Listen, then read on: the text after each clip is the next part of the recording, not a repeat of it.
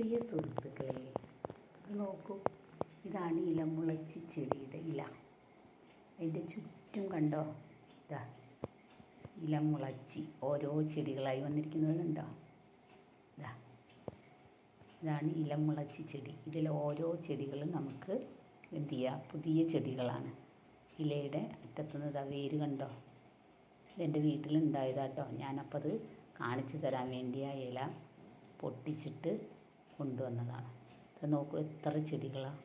ഓരോ മുകുളത്തിലും ഇലയുടെ ഓരോ എഡ്ജിലും ഓരോരോ ചെടികൾ കണ്ടു വന്നിരിക്കുന്നത്.